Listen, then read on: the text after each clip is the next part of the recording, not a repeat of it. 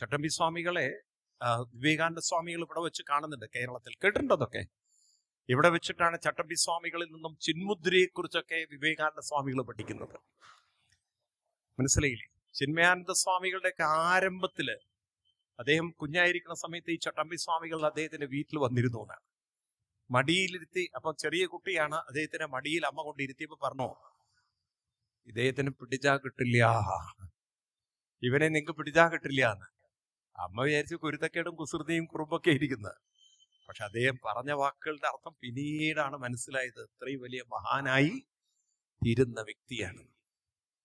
അപ്പൊ അവർക്കൊക്കെ ഉള്ളറിയാൻ സാധിക്കുമായിരുന്നു.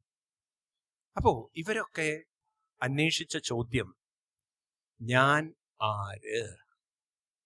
എന്താ ചോദ്യം? ഞാൻ ആരാണ്? ഞാൻ ആര്? രമണ മഹർഷിയുടെ ചോദ്യം ഇതായിരുന്നു, ഞാൻ ആര്? ഈ ഞാൻ എന്ന് പറയുമ്പോൾ അവരാരെയാ അർത്ഥമാക്കിയത്? ഈ ഞാൻ എന്നൊരു വ്യക്തിയാണോ അതോ ബോധ മനസ്സിനെയാണോ? ആരെയാണ് ചോദ്യത്തിൽ ആരെയാണ് അവര് ഉറ്റുനോക്കിയത്, അല്ലെങ്കിൽ സൂചിപ്പിക്കുന്നത്, ഫോക്കസ് ചെയ്തത്? ഞാൻ എന്നൊരു ബോധ മനസ്സിനെ. ഞാൻ ആര്? ഇതിന് ഉത്തരം കണ്ടെത്തിയാൽ നിങ്ങളുടെ ജീവിതം പാടെ മാറി മറിയും. നമ്മൾ ആരാണ്? ഇനി ഒന്നുകൂടി നിങ്ങൾ ശ്രദ്ധിക്കുക, അപ്പൊ നിങ്ങൾക്ക് മനസ്സിലാവും. ശരീരം എവിടുന്നാ വന്നത്?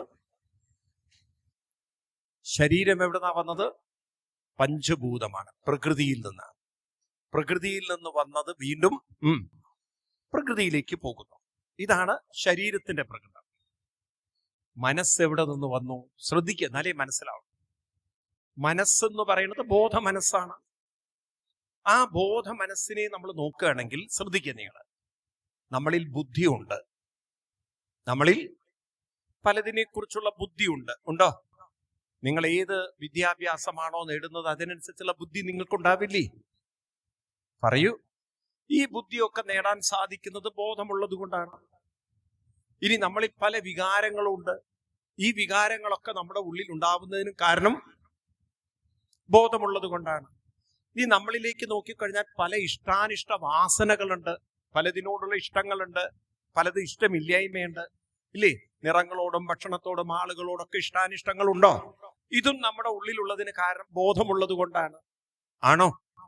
ഇനി നമുക്കൊന്നുകൂടി നോക്കിക്കഴിഞ്ഞാൽ നിങ്ങൾക്ക് പലതും നിരീക്ഷിക്കാൻ സാധിക്കുന്നു എന്ന് മാത്രമല്ല, നിങ്ങളുടെ ഉള്ളിൽ നടക്കുന്ന വികാരങ്ങളെയും വിചാരങ്ങളെയും കുറെയൊക്കെ നിങ്ങൾക്ക് കാണാൻ സാധിക്കും.